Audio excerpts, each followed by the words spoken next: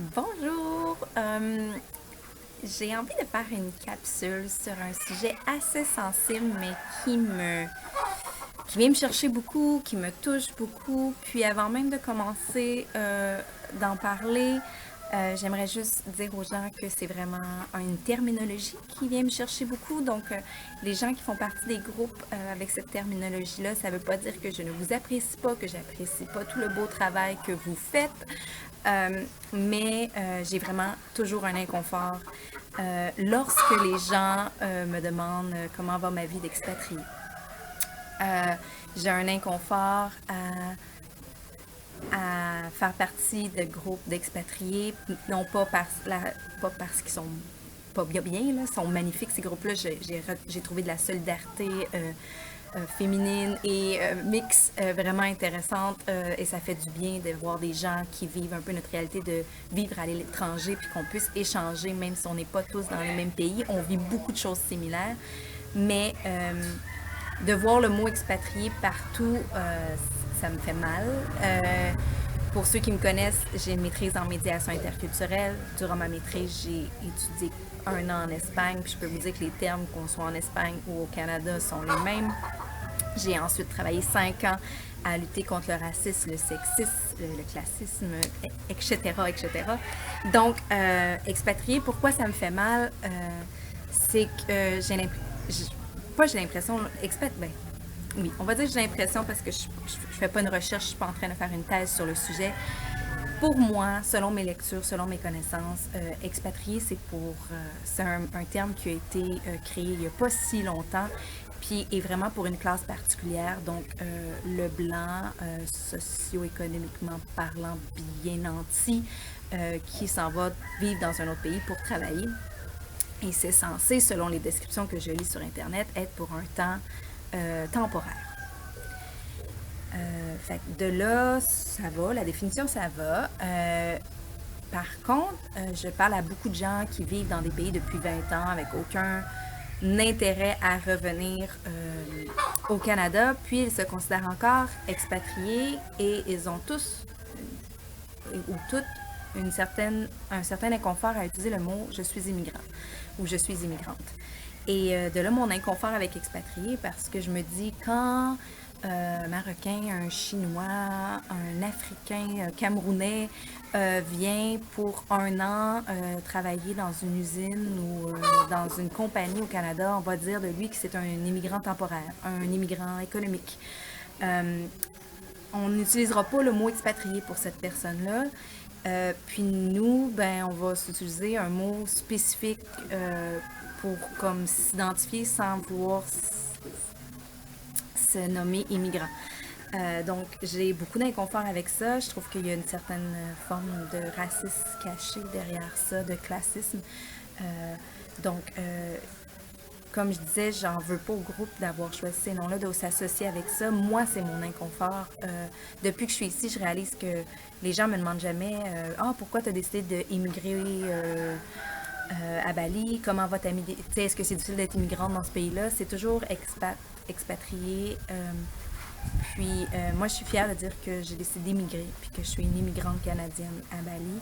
Parce que c'est ça, j'ai choisi de venir vivre ici, de rejoindre mon amoureux, de bâtir une famille ici, euh, comme, comme un Mexicain peut décider de venir travailler dans un vignoble où je travaillais avant pour un été.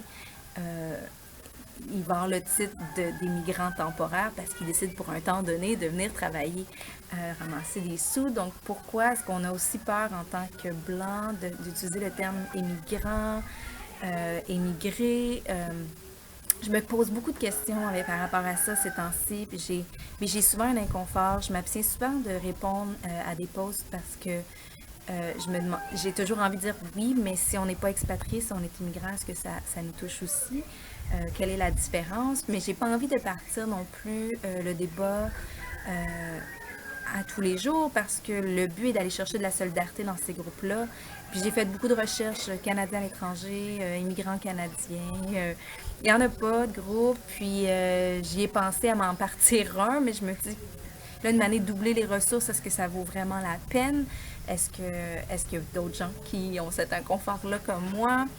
Euh, c'est un beau débat à avoir. Je pense que pour moi, l'expatriation, peut-être, si c'est un temps fixe, 6 mois, 1 an.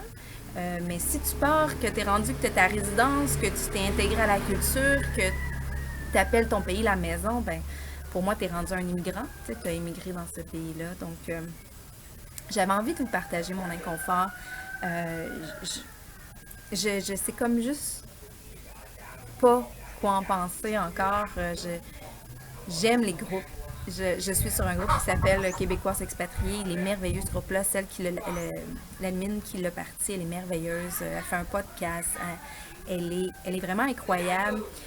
Puis à chaque fois qu'elle pose quelque chose, j'ai toujours mon inconfort du mot, de la terminologie. Et je suis tout le temps comme, tout ce qu'elle a fait, c'est merveilleux. Puis là, je vois le mot, puis je suis comme, j'ai un inconfort. Puis c'est difficile. Cette lutte-là en dedans de moi, elle est difficile, je vous le dis. Donc, je m'affirme comme immigrante. Je suis fière de l'être. Puis j'aimerais ça, je sais pas si ça va changer à long terme, mais j'aimerais ça qu'on réfléchisse à pourquoi est-ce que c'est si difficile pour nous en tant qu'occidentaux de se dire immigrants. Est-ce qu'on a le syndrome de colonisateur? Est-ce qu'on a...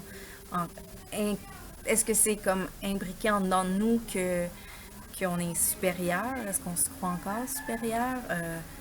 En tout cas, il n'y a pas de réponse. Cette capsule-là n'avait pas un but en particulier à part de vous partager à quel point que c'est difficile. On a des immigrants économiques qui viennent au Canada, qui viennent partir des business. On les appelle quand même immigrants. Ils arrivent avec de l'argent. Et j'ai jamais vu une personne venant de l'Afrique, de l'Asie, se faire dire expatrié au Canada. Mais j'ai vu ici, j'ai vu des Français, des Australiens, des Américains facilement utiliser le mot expat.